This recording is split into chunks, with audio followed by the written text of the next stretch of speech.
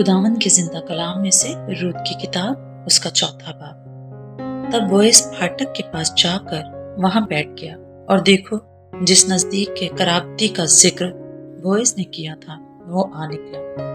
اس نے اس سے کہا، ارے بھائی ادھر آ اور ذرا یہاں بیٹھ جا۔ سو وہ ادھر آ کر بیٹھ گیا۔ پھر اس نے شہر کے بزرگوں میں سے 10 آدمیوں کو بلا کر کہا، یہاں بیٹھ جاؤ۔ سو وہ بیٹھ گئے۔ تب اس نے اس نزدیک کے قرابتی سے کہا، نعومی جو مواب کے ملک سے لوٹ آئی ہے، زمین کے اس ٹکڑے کو جو ہمارے بھائی علی ملک کا مال تھا بیچتی ہے۔ سو میں نے سوچا کہ تجھ پر اس بات کو ظاہر کر کے کہوں گا کہ تو ان لوگوں کے سامنے جو بیٹھے ہیں اور میری قوم کے بزرگوں کے سامنے اسے مول لے۔ اگر تو اسے چھڑاتا ہے تو چھڑا، اور اگر نہیں چھڑاتا تو مجھے بتا دے، تاکہ مجھ کو معلوم ہو جائے، کیونکہ تیرے سوا اور کوئی نہیں جو اسے چھڑائے، اور میں تیرے بعد ہوں۔ اس نے کہا، میں چھڑاؤں گا۔ تب بوئز نے کہا، جس دن تو وہ زمین نعومی کے ہاتھ سے مول لے تو تجھے اس کو موابی رود کے ہاتھ سے بھی جو مردہ کی بیوی ہے مول لینا ہوگا، تاکہ اس مردہ کا نام اس کی میراث پر قائم کرے۔ تب اس کے نزدیک کے قرابتی نے کہا، میں اپنے لیے اسے چھڑا نہیں سکتا، تا نہ ہو کہ میں اپنی میراث خراب کر دوں۔ اس کے چھڑانے کا جو میرا حق ہے اسے تو لے لے، کیونکہ میں اسے چھڑا نہیں سکتا۔ اور اگلے زمانہ میں اسرائیل میں معاملہ پکا کرنے کے لیے چھڑانے اور بدلنے کے بارے میں یہ معمول تھا کہ مرد اپنی جوتی اتار کر اپنے پڑوسی کو دے دیتا تھا۔ اسرائیل میں تصدیق کرنے کا یہی طریقہ۔ سو اس نزدیک کے قرابتی نے بوئز سے کہا کہ تو آپ ہی اسے مول لے لے۔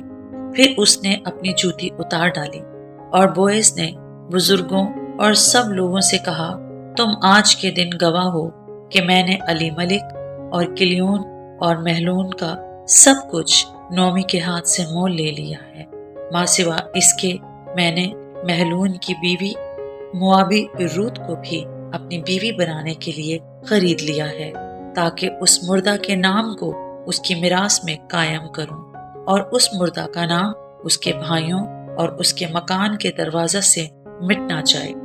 تم آج کے دن گواہ ہو۔ تب سب لوگوں نے جو پھاٹک پر تھے اور ان بزرگوں نے کہا کہ ہم گواہ ہیں۔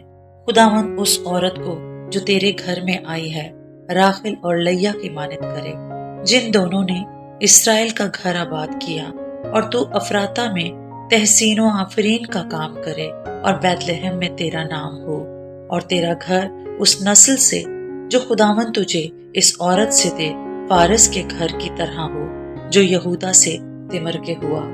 سو بوئز نے رود کو لیا، اور وہ اس کی بیوی بنی، اور اس نے اس سے خلوت کی، اور خداوند کے فضل سے وہ حاملہ ہوئی اور اس کے بیٹا ہوا۔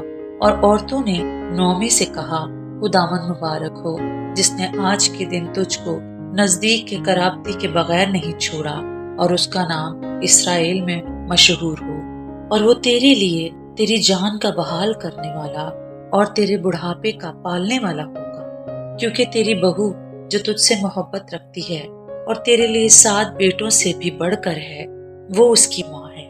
اور نعومی نے اس لڑکے کو لے کر اسے اپنی چھاتی سے لگایا اور اس کی دایا بنی، اور اس کی پڑوسنوں نے اس بچے کو ایک نام دیا، اور کہنے لگی کہ نعومی کے لیے بیٹا پیدا ہوا۔ سو انہوں نے اس کا نام عبید رکھا۔